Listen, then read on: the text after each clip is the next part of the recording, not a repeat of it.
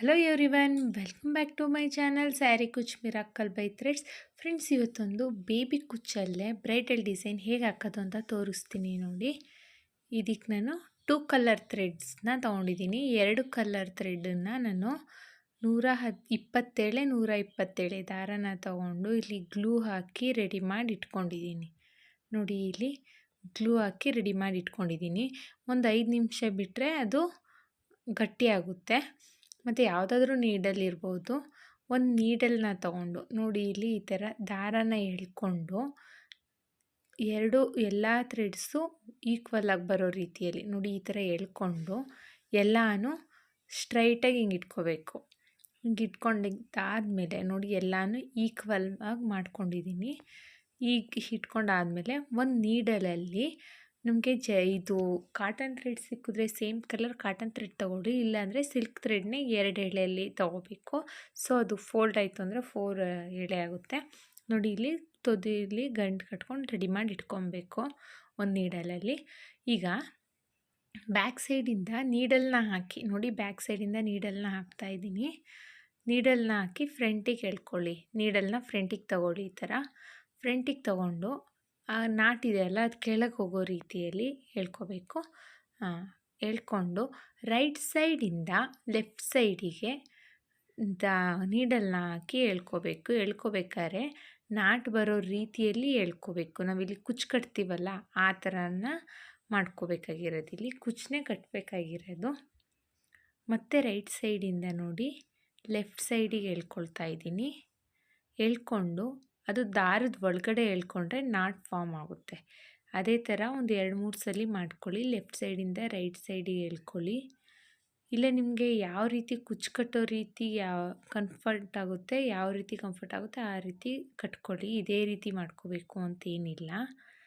ಮತ್ತು ಮೇಲಿಂದ ಹಾಕಿ ಕೆಳಗಡೆ ಒಂದು 3 ಸಲ ಆದಮೇಲೆ ಮೇಲಿಂದ ನೀಡಲ್ನ ಹಾಕಿ ಕೆಳಗಡೆ ಈ ಥರ ಎಳ್ಕೋಬೇಕು. ಎಳ್ಕೊಂಡು ಸ್ವಲ್ಪ ಬಿಗ್ಗೆ ಹಿಂಗೆ ಟೈಟ್ ಮಾಡ್ಕೊಂಬಿಟ್ರೆ ಕುಚ್ಚು ರೆಡಿಯಾಗುತ್ತೆ. ಈಗ ಇದನ್ನು ಸ್ಟ್ರೈಟಾಗಿ ಇಟ್ಕೊಂಡು ನಮಗೆ ಎಷ್ಟು ಲೆಂತಿ ಬೇಕು ಕುಚ್ಚು ಅನ್ನೋದು ನೋಡಿಕೊಂಡು ಕಟ್ ಮಾಡ್ಕೋಬೇಕು. ನಾನಿಲ್ಲಿ 1 ಇಂಚಷ್ಟು ಕಟ್ ಮಾಡ್ಕೊಳ್ತಾ ಇದ್ದೀನಿ. ನಾನು ಫಿಂಗರ್ ಇಟ್ಕೊಂಡಾಗ ಫಿಂಗರ್ ಎಷ್ಟು ಕ್ಲೋಸ್ ಆಗುತ್ತೋ ಅಷ್ಟು ನೋಡಿಕೊಂಡು ನಾನು ಕುಚ್ಚನ್ನ ಕಟ್ತಾಯಿದ್ದೀನಿ. ಅದೇ ಅಳತೆ ನಾನು ತೊಗೊಳ್ಳೋದು. ಸೊ ಹಾಗಾಗಿ ಸೇಮ್ ಅಳತೆಯಲ್ಲಿ ನಾನು ತೊಗೊಳ್ತಾ ಇದ್ದೀನಿ. ನೋಡಿ, ಈಗ ಒಂದು ಕುಚ್ಚು ರೆಡಿಯಾಗಿದೆ. ಮತ್ತು ಈಗ ಸೇಮ್ ಬೇರೆ ಕಲರ್ ಥ್ರೆಡಲ್ಲಿ ತೋರಿಸ್ತೀನಿ ನೋಡಿ, ಸೇಮ್ ಪ್ಯಾಟ್ರನಲ್ಲೇ. ಮತ್ತು ನೋಡಿ, ದಾರನ ಸ್ಟ್ರೈಟಾಗಿ ಹಿಂಗೆ ಎಳ್ಕೊಂಬರಬೇಕು. ಎಳ್ಕೊಂಬಂದು ಇಲ್ಲಿ ನೀಡಲ್ಲಿಗೆ ಟೈಟಾಗಿ ಕ್ರೋಶಕ್ಕೆ ಟೈಟಾಗಿ ಹಿಂಗೆ ಎಳ್ಕೊಳ್ಳಿ. ಎಳ್ಕೊಂಡು ಎಲ್ಲ ಈಕ್ವಲಾಗಿ ಬರೋ ರೀತಿಯಲ್ಲಿ ದಾರನ ಸರಿ ಮಾಡ್ಕೊಳ್ಳಿ. ಸರಿ ಆದಮೇಲೆ ಮತ್ತೆ ಒಂದು ನೀಡಲ್, ನನಗೆ ಸೇಮ್ ಕಲರ್ ನೀಡಲಲ್ಲಿ ಕಾಟನ್ ಥ್ರೆಡ್ ಸಿಕ್ತು. ಸೊ ಕಾಟನ್ ಥ್ರೆಡ್ನೇ ನಾನು ಯೂಸ್ ಮಾಡ್ಕೊಂಡಿದ್ದೀನಿ. ಇಲ್ಲಿ ಬ್ಯಾಕ್ ಸೈಡಿಂದ ಹಾಕಿ ಬ್ಯಾಕ್ ಸೈಡಿಂದ ಹಾಕಿ ನೀಡಲ್ನ ತೊಗೊಳ್ಳಿ. ಈಗ ರೈಟ್ ಸೈಡಿಂದ ನೀಡಲ್ನ ಹಾಕಿ ಲೆಫ್ಟ್ ಸೈಡಿಗೆ ಎಳ್ಕೊಳ್ಳಿ. ಎಳ್ಕೊಬೇಕಾದ್ರೆ ಒಂದು ನಾಟ್ ಫಾರ್ಮ್ ಮಾಡ್ಕೋಬೇಕಾಗುತ್ತೆ. ಈ ಥರ ನಾಟನ್ನ ಎಳ್ಕೋಬೇಕು. ಎಳ್ಕೊಂಡಾದಮೇಲೆ ನೆಕ್ಸ್ಟು ಮತ್ತೆ ರೈಟ್ ಸೈಡಿಂದ ದಾರನ ತೊಗೊಂಡು ಲೆಫ್ಟ್ ಸೈಡಿಗೆ ಹಾಕ್ಕೋಬೇಕು. ಲೆಫ್ಟ್ ಸೈಡಿಗೆ ಹಾಕ್ಕೊಂಡು ಅದು ನಾಟ್ ಫಾರ್ಮ್ ಆಗೋ ರೀತಿಯಲ್ಲೇ ಮಾಡ್ಕೋಬೇಕಾಗುತ್ತೆ ನಾವು. ಇಲ್ಲಾಂದರೆ 1-2 ಸುತ್ತು ದಾರನ ಸುತ್ತಕೊಂಡು ಆಮೇಲೆ ಲೆಫ್ಟ್ ಸೈಡಿಂದ ರೈಟ್ ಸೈಡಿಗೆ ಒಂದು ನಾಟ್ ಬರೋ ರೀತಿಯಲ್ಲಿ ಎಳ್ಕೋಬೇಕು. ನೋಡಿ, ದಾರದ ಒಳಗಡೆ ಎಳ್ಕೊಂಡ್ರೆ ಅದು ನಾಟ್ ಫಾರ್ಮ್ ಆಗುತ್ತೆ. ಪ್ರೊಸೀಜರಲ್ಲೇ 2 ಆರ್ 3 ಟೈಮ್ಸ್ ಮಾಡಿಕೊಂಡ್ರೆ ಕುಚ್ಚು ರೆಡಿ ಆಗುತ್ತೆ. ಕುಚ್ಚು ಟೈಟಾಗಿ ಕೂತ್ಕೊಳ್ಳುತ್ತೆ, ಯಾವಾಗಲೂ ಬಿಚ್ಕೊಳ್ಳೋದಿಲ್ಲ. ಮತ್ತು ಇವಾಗ 3-4 ಟೈಮ್ಸ್ ಒಂದು ಮಾಡಿಕೊಂಡು ದಾರನ ಸೂಜಿನ ಮೇಲ್ಗಡೆ ಸೈಡಿಂದ ಈ ಥರ ಹಾಕಿ ಕೆಳಗಡೆ ಈ ಥರ ಎಳ್ಕೋಬೇಕು. ಎಳ್ಕೊಂಡ್ರೆ ಇದು ಟೈಟಾಗಿರುತ್ತೆ, ಯಾವಾಗಲೂ ಬಿಚ್ಕೊಳ್ಳೋದಿಲ್ಲ. ಈಗ ಸೇಮ್ 1 ಇಂಚ್ ಅಷ್ಟು ಥ್ರೆಡ್ನ 1 ಇಂಚ್ ಅಷ್ಟು ಕುಚ್ಚನ್ನ ತೊಗೊಂಡು ನೋಡಿ, ನಾನು ಯಾವ ಥರ ಅಳತೆ ತೊಗೊಳ್ತೀನಿ ಅಂತ ಆ ಥರ ತೊಗೊಂಡು ಮಿಕ್ಕಿದ್ದನ್ನೆಲ್ಲ ಟ್ರಿಮ್ ಮಾಡ್ಕೊಳ್ಳಿ. ಇದು ನೀಟಾಗಿ ಈಕ್ವಲ್ ಬರೋ ರೀತಿಯಲ್ಲಿ ಟ್ರಿಮ್ ಮಾಡಿಕೊಂಡ್ರೆ ಕುಚ್ಚು ರೆಡಿ ಆಗುತ್ತೆ. ಸೇಮ್ ಪ್ರೊಸೀಜರಲ್ಲೇ ಸ್ವಲ್ಪ ಕುಚ್ಚುಗಳನ್ನ ಮಾಡ್ಕೊಳ್ಳಿ. ನಿಮ್ಮ ಸೀರೆಗೆ ಎಷ್ಟು ಬೇಕಾಗುತ್ತೆ ಅಂತ ನೋಡಿಕೊಂಡು ಕುಚ್ಚುಗಳನ್ನ ಮಾಡ್ಕೊಳ್ಳಿ. ಮತ್ತು ನಾವು ಎಷ್ಟು ಡಿಸ್ಟೆನ್ಸ್ ಬಿಡ್ತೀವಿ ಅನ್ನೋದು ಮ್ಯಾಟ್ರ್ ಆಗುತ್ತೆ, ಎಷ್ಟು ಕುಚ್ಚನ್ನ ಮಾಡ್ಕೋಬೇಕು ಅನ್ನೋದು, ಎಷ್ಟು ಡಿಸ್ಟೆನ್ಸಲ್ಲಿ ನಾವು ಕುಚ್ಚನ್ನ ಮಾಡ್ತೀವಿ ಅನ್ನೋದು. ನಾನು ಇಲ್ಲೊಂದು ಸ್ವಲ್ಪ ಕುಚ್ಚನ್ನ ಹಾಕಿ ರೆಡಿ ಮಾಡ್ಕೊಂಡಿದ್ದೀನಿ ನೋಡಿ. ಇವಾಗ ಇದನ್ನು ಇಲ್ಲಿ ಬ್ಲೂ ಕಲರ್ ಒಂದು ಕುಚ್ಚಿದೆಯಲ್ಲ ಆ ರೀತಿಯಲ್ಲಿ ಮಾಡಬೇಕು, ತೋರಿಸ್ತೀನಿ ನೋಡಿ. ಸೇಮ್ ಅದೇ ಥರ ಈಗ ನಾನು ಅದೇ ಆಗಲೇ ಪೋಣಿಸ್ಕೊಂಡಿದ್ನಲ್ಲ ಸಿಲ್ಕ್ ಥ್ರೆಡ್ಡನ್ನೇ 2 ಎಳೆಯಲ್ಲಿ ತಗೊಂಡಿದ್ದೀನಿ. ಅದನ್ನು ಇಲ್ಲಿ ನೋಡಿ ಈ ಥರ ನಾಟನ್ನ ಮಾಡ್ಕೋಬೇಕು. ನಾಟ್ ಆದಮೇಲೆ ಈಗ ನೋಡಿ ಇದು ಒಳಗಿಂದ ದಾರದೊಳಗಿಂದನೇ ನೀಡಲ್ನ ಹಾಕಿ ಇಲ್ಲೊಂದು ನಾಟನ್ನ ಮಾಡ್ಕೋಬೇಕಾಗುತ್ತೆ. ಆ ಥರ ಆಗಲಿಲ್ಲ ಅಂದರೆ ಸೆಕೆಂಡ್ ಟೈಮು ಅದೇ ಇದರಲ್ಲಿ ಮಾಡಿಕೊಂಡು ನೋಡಿ ದಾರದ ಒಳಗಡೆಯಿಂದ ಎಳ್ಕೊಂಡ್ರೆ ನೀಡಲ್ನ ಇವಾಗ ನಾಟ್ ಫಾರ್ಮ್ ಆಗುತ್ತೆ. ಸೇಮ್ ಪ್ರೊಸೀಜರಲ್ಲೇ ಮಾಡ್ಕೊಳ್ಳಿ. ಈಗ ಲೆಫ್ಟ್ ಸೈಡಿಂದ ನಾವು ಹಾಕೋ ಬದಲು ಬ್ಯಾಕ್ ಸೈಡಿಂದನೂ ನೀಡಲ್ನ ಹಾಕ್ಕೋಬೋದು. ಹಾಕ್ಕೊಂಡು ಮತ್ತೆ ಒಂದ್ಸಲಿ ಅದೇ ಥರ ನೀಡಲ್ನ ನಾಟ್ ಮಾಡ್ಕೊಳ್ತಾ ಇದ್ದೀನಿ ನೋಡಿ. ದಾರದೊಳಗಡೆಯಿಂದ ತೊಗೊಂಬಂದರೆ ಅದು ನಾಟ್ ಫಾರ್ಮ್ ಆಗುತ್ತೆ. ಈಗ ಬ್ಯಾಕ್ ಸೈಡಿಂದ ಫ್ರಂಟಿಗೆ ಎಳ್ಕೊಂಡು ಅಲ್ಲೂ ಒಂದು ನಾಟನ್ನ ಮಾಡ್ಕೊಳ್ತಾ ಇದ್ದೀನಿ ನೋಡಿ. ಈ ಥರ ನಾಟ್ ಆದಮೇಲೆ 1 or 2 ಟೈಮ್ಸು ದಾರನ ಈ ಥರ ಸುತ್ತಿ ಬ್ಯಾಕ್ ಸೈಡಿಂದ ಫ್ರಂಟಿಂದ ಬ್ಯಾಕಿಗೆ ಹಾಕಿ ಅಲ್ಲೂ ಒಂದು 2 ಟೈಮ್ಸ್ ದಾರನ ಸುತ್ತಕೊಂಡ್ರೆ ಇದು ಟೈಟಾಗಿ ಹೋಗುತ್ತೆ ಮತ್ತು ಶೇಪು ಚೆನ್ನಾಗಿ ಬರುತ್ತೆ. ಈ ಥರ ಶೇಪ್ ಬರಬೇಕು. ನೆಕ್ಸ್ಟ್ ಇನ್ನೊಂದು ಕಲರ್ ಥ್ರೆಡಲ್ಲಿ ಮಾಡಿ ತೋರಿಸ್ತೀನಿ ನೋಡಿ. ಬ್ಯಾಕ್ ಸೈಡಿಂದ ನೀಡಲ್ನ ಹಾಕಿ ಫ್ರಂಟಿಗೆ ಎಳ್ಕೊಂಡೆ. ಮತ್ತು ಇವಾಗ ಸೈಡಿಂದ ಹಾಕಿ ಲೆಫ್ಟ್ ಸೈಡಿಂದ ಹಾಕಿ ರೈಟ್ ಸೈಡಿಗೆ ಎಳ್ಕೊಂಡಿದ್ದೀನಿ. ಲೆಫ್ಟ್ ಸೈಡಿಂದ ರೈಟಿಗೆ ಎಳ್ಕೊಬೇಕಾದ್ರೆ ನೋಡಿ ದಾರದ ಒಳಗಡೆಯಿಂದ ಹಾಕಿ ಎಳ್ಕೊಂಡಿದ್ದೀನಿ. ಈಗ ನೋಡಿ 1 or 2 ಟೈಮ್ಸ್ ನಾನು ಈ ಥರ ಸುತ್ಕೊಳ್ತೀನಿ. ಸುತ್ಕೊಂಡ್ರೆ ದಾರ ಟೈಟಾಗಿ ಆಗುತ್ತೆ. ಮತ್ತು ಬ್ಯಾಕ್ ಸೈಡಿಂದ ಅಥವಾ ರೈಟಿಂದ ಲೆಫ್ಟಿಗೆ ಎಳ್ಕೊಂಡ್ರು ಸಾಕು. ಎಳ್ಕೊಬೇಕಾದ್ರೆ ನೋಡಿ ದಾರನ ಈ ಥರ ಒಳಗೆ ಹೋಗೋ ರೀತಿಯಲ್ಲಿ ಟೈಟಾಗಿ ಮಾಡಿಕೊಂಡು ಎಳ್ಕೊಬೇಕು. ನಾನಿಲ್ಲಿ 2 ಟೈಮ್ಸು ಮಾಡಿ ತೋರಿಸ್ತಿದ್ದೀನಿ. ನಿಮಗೆ ಯಾವ ಟೈಪು ಈಸಿ ಅನಿಸುತ್ತೆ ಆ ಟೈಪಲ್ಲಿ ನೀವು ನಾಟನ್ನ ಮಾಡ್ಕೊಳ್ಳಿ. ಈಗ ನಾನು ಇಲ್ಲಿ 1 ಥಂಬ್ ಫಿಂಗರಷ್ಟು ಸ್ಪೇಸ್ನ ಬಿಡ್ತಾಯಿದ್ದೀನಿ ಕುಚ್ಚಿಗೆ. ನಿಮ್ಗೆ ಇನ್ನೂ ಸ್ವಲ್ಪ ಜಾಸ್ತಿ ಬೇಕು ಅಂದರೆ 1.5 ಇಂಚು ಬಿಡ್ಬೋದು. 1 ಥಂಬ್ ಫಿಂಗರ್ ಬಂದು 1 ಇಂಚಷ್ಟು ಬರುತ್ತೆ. ನಿಮ್ಗೆ ಇನ್ನೂ ಸ್ವಲ್ಪ ಜಾಸ್ತಿ ಸ್ಪೇಸ್ ಬೇಕು ಅನ್ನೋರು 1.5 ಇಂಚಷ್ಟು ಬಿಟ್ಕೊಳ್ಳಿ ನೋಡಿ. ಅಲ್ಲಿ 1 ಥಂಬ್ ಫಿಂಗರಷ್ಟು ಸ್ಪೇಸ್ನ ಬಿಟ್ಟು ನೆಕ್ಸ್ಟು ನೀಡಲ್ನ ಹಾಕಿ ಕುಚ್ಚನ್ನ ಟೈಟ್ ಮಾಡ್ಕೊಳ್ತಾ ಇದ್ದೀನಿ. ನೀಡಲ್ನ ಹಾಕಿ ಬ್ಯಾಕ್ ಸೈಡ್ ಫ್ರಂಟಿಂದ ಹಾಕಿ ಬ್ಯಾಕ್ ಸೈಡಿಗೆ ಎಳ್ಕೊಂಡು ಇವಾಗ ನೋಡಿ ಮತ್ತೆ ಅದೇ ಕುಚ್ಚು ಒಳಗಡೆಯಿಂದನೇ ನಾನು ನೀಡಲ್ನ ಹಾಕಿ ಮೇಲ್ಗಡೆ ಎಳ್ಕೊಳ್ತಿದ್ದೀನಿ. ನೆಕ್ಸ್ಟು ಮತ್ತೆ ಇನ್ನೊಂದ್ಸಲಿ ರಿಟರ್ನ್ ಅದೇ ಕುಚ್ಚಿಂದನೇ ನೀಡಲ್ನ ಹಾಕಿ ಕೆಳಗಡೆ ಎಳಿತಾ ಇದ್ದೀನಿ. ಇದೇನು ಮಾಡ್ತಾ ಇದ್ದೀನಿ ಅಂದರೆ ಕುಚ್ಚನ್ನ ನಾನಿಲ್ಲಿ ಟೈ ಮಾಡ್ತಾ ಇದ್ದೀನಿ, ಸೊ ಹೊಲಿತಾ ಇದ್ದೀನಿ. ಸೊ ನೆಕ್ಸ್ಟು ಅದೇ ಥರ ಕುಚ್ಚು ಟೈಟ್ ಆಗೋ ರೀತಿಯಲ್ಲಿ ಒಂದು 4 ರಿಂದ 5 ಸಲ ಕೆಳಗಿಂದ ಮೇಲೆ ಮೇಲಿಂದ ಕೆಳಗೆ 2 ಸೈಡು ಸೇರಿಸಿ ಒಂದು 5 to 6 ಟೈಮ್ಸ್ ಮಾಡ್ಕೋಬೇಕಾಗುತ್ತೆ. ಕುಚ್ಚು ಟೈಟಾಗಿ ಆಗಿದೆ ಅನ್ನೋಷ್ಟು ಟೈಮ್ ಮಾಡ್ಕೊಳ್ಳಿ. ನಾನು ಇಲ್ಲೊಂದು 4 ಟೈಮ್ಸ್ ಮಾಡ್ಕೊಂಡಿದ್ದೀನಿ. ಈಗ ಬ್ಯಾಕ್ ಸೈಡಿಂದನೂ ಕುಚ್ಚು ಟೈಟ್ ಮಾಡ್ಬೋದು ನೋಡಿ. ಇಲ್ಲಿ ಬ್ಯಾಕ್ ಸೈಡಿಂದ ದಾರದ ಒಳಗಡೆಯಿಂದನೇ ಬರೀ ಸ್ಯಾರಿಗೆ ಹಾಕ್ತಾಯಿಲ್ಲ, ನಾನಿಲ್ಲಿ ಕುಚ್ಚಿಗೂ ಹಾಕ್ತಾಯಿದ್ದೀನಿ. ಸೊ ಅದು ಇನ್ನೂ ಸ್ವಲ್ಪ ಟೈಟ್ ಆಗುತ್ತೆ ಅನ್ನೋ ಕಾರಣಕ್ಕೆ ಕುಚ್ಚಿಗೆ ಸ್ವಲ್ಪ ದಾರಕ್ಕೂ ಹಾಕಿ ಎಳ್ಕೊಳ್ತಾ ಇದ್ದೀನಿ ನೀಡಲ್ನ.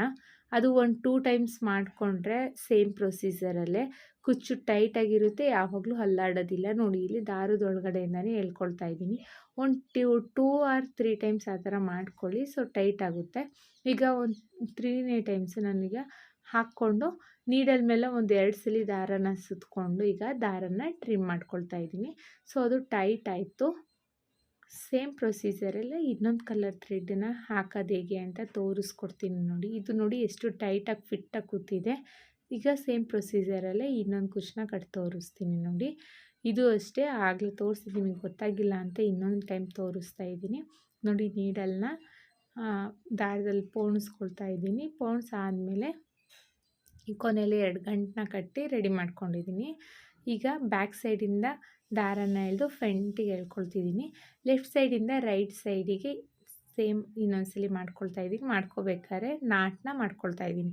ಸೊ ನಾಟ್ ಅಂದರೆ ದಾರದ ಒಳಗಡೆಯಿಂದ ನೀಡಲ್ ತೊಗೊಳ್ಳೋದು, ಅದು ನಾಟ್ ಫಾರ್ಮ್ ಆಗುತ್ತೆ ನೋಡಿ. ಮತ್ತೆ ಬ್ಯಾಕ್ ಸೈಡಿಂದ ಫ್ರಂಟಿಗೆ ಈ ಥರನೇ ಮಾಡ್ಕೊಳ್ಳಿ ಒಂದು 2 ಸಲ. ನಾನು ಫುಲ್ ತೋರ್ಸೋಕ್ಕೆ ಹೋಗಲಿಲ್ಲ.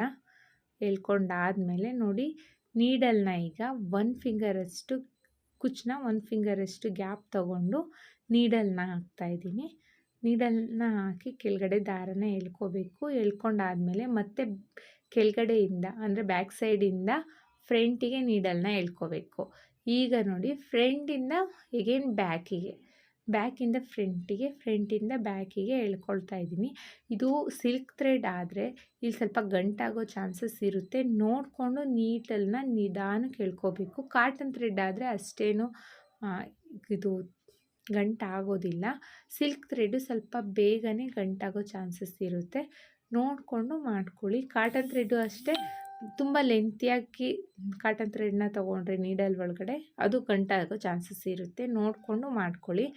ಈಗ ಲೆಫ್ಟಿಂದ ಬ್ಯಾಕ್ ಸೈಡಿಂದ ಫ್ರಂಟಿಂದ ಬ್ಯಾಕ್ ಸೈಡು ಒಂದು 3 to 4 ಟೈಮ್ಸ್ ಮಾಡ್ಕೋಬೇಕು. ಮಾಡ್ಕೊಂಡಾದಮೇಲೆ ನೋಡಿ ಇಲ್ಲಿ ಈ ಥರ ಎಳ್ಕೊಂಡು ಈಗ ಬ್ಯಾಕ್ ಸೈಡನ್ನು ಕುಚ್ಚನ್ನ ಟರ್ನ್ ಮಾಡಿಕೊಂಡು ಬ್ಯಾಕ್ ಸೈಡಲ್ಲಿ ಒಂದು 2 ಟೈಮ್ಸು ನಾವು ಅಂದರೆ ಕುಚ್ಚು ಒಳಗಡೆಯಿಂದನೇ ನೀಡಲ್ನ ಹಾಕಿ ಈ ಥರ ಎಳ್ಕೋಬೇಕು. ಸ್ವಲ್ಪ ಎಲ್ಲ ಕುಚ್ಚು ಒಳಗಡೆ ಹಾಕೋಕ್ಕಾಗೋದಿಲ್ಲ. ಒಂದು ಸ್ವಲ್ಪ ಥ್ರೆಡ್ಡಿಗೆ ನಾವು ತೊಗೊಂಡು ಟೈಟ್ ಮಾಡ್ಕೋಬೇಕು. ಸ್ಯಾರಿಗೆ ಒಂದು 2 or 3 ಟೈಮ್ಸು ಮಾಡಿಕೊಂಡು ಸೂಜಿಗೆ 1-2 ಸಲ ದಾರನ ಸುತ್ತಕೊಂಡು ದಾರನ ಎಳ್ಕೊಳ್ಳಿ. ಇವಾಗ ಇಲ್ಲಿ ದಾರ ಟೈಟ್ ಆಗುತ್ತೆ. ಈಗ ದಾರನ ಟ್ರಿಮ್ ಮಾಡ್ಕೋಬೇಕಾಗುತ್ತೆ. ನೋಡಿ ಈಗ ನಾನು ದಾರನ ಟ್ರಿಮ್ ಮಾಡ್ಕೊಳ್ತಾ ಇದ್ದೀನಿ. ಇದೇ ಥರ ಮಾಡ್ಕೋಬೇಕು. ಕುಚ್ಚು ರೆಡಿ ಆಗುತ್ತೆ. ನೋಡಿ ಎಷ್ಟು ಚೆನ್ನಾಗಿ ಕುಚ್ಚು ಬೇಗನೆ ಆಗುತ್ತೆ. ಇದು ತುಂಬ ಲೇಟು ಏನಾಗೋದಿಲ್ಲ. ತುಂಬಾ ಚೆನ್ನಾಗಿದೆ. ಒಂದು ಸ್ವಲ್ಪ ಡಿಸೈನನ್ನು ಮಾಡಿ ತೋರಿಸ್ತೀನಿ ನೋಡಿ. ಒಂದು ಸ್ವಲ್ಪ ಹಾಕಿದ್ದೀನಿ. ಇದಕ್ಕೆ ನಾನು ಬ್ರೈಡಲ್ ಡಿಸೈನ್ ಹೇಗೆ ಮಾಡೋದು ಅಂತ ತೋರಿಸ್ಕೊಡ್ತೀನಿ ನೋಡಿ. ಈಗ ಇದಕ್ಕೆ ನಾವು ಫ್ಯಾಬ್ರಿಕ್ ಗ್ಲೂನ ಅಂಟಿಸ್ಬೇಕು. ನಾನಿಲ್ಲಿ ಫ್ಯಾಬ್ರಿಕ್ ಗ್ಲೂನ ಹಾಕ್ತಾಯಿದ್ದೀನಿ ನೋಡಿ. ಫುಲ್ ಕುಚ್ಚು ಫ್ಯಾಬ್ರಿಕ್ ಗ್ಲೂನ ನಾವು ಎಷ್ಟು ದಾರನ ಸುತ್ತಿದ್ವಿ ನೋಡಿ, ದಾರ ಸುತ್ತಿ ಎಷ್ಟು ಟೈಟ್ ಮಾಡ್ಕೊಂಡಿದ್ವಿ ಅಷ್ಟಕ್ಕೂ ನಾವು ಫ್ಯಾಬ್ರಿಕ್ ಗ್ಲೂನ ಹಾಕ್ಕೋಬೇಕು. ಈ ಥರ ಹಾಕ್ಕೊಂಡಾದಮೇಲೆ ನೋಡಿ ಇಲ್ಲಿ ನಾನು ಬಾಲ್ ಚೈನು ಮತ್ತು ಸ್ಟೋನ್ ಚೈನ್ನ ಪುಟ್ಪಟಾಣಿ ಎಷ್ಟು ಬೇಕಾಗುತ್ತೆ ಅಂತ ನೋಡಿಕೊಂಡು, ಇಂಚ್ ಅಂದರೆ ಎಷ್ಟು ಲೆಂತಿ ಬೇಕು ಆ ಕುಚ್ಚಿಗೆ ಅಂತ ನೋಡಿಕೊಂಡು ಅಷ್ಟೆಷ್ಟು ಕಟ್ ಮಾಡ್ಕೊಂಡಿದ್ದೀನಿ.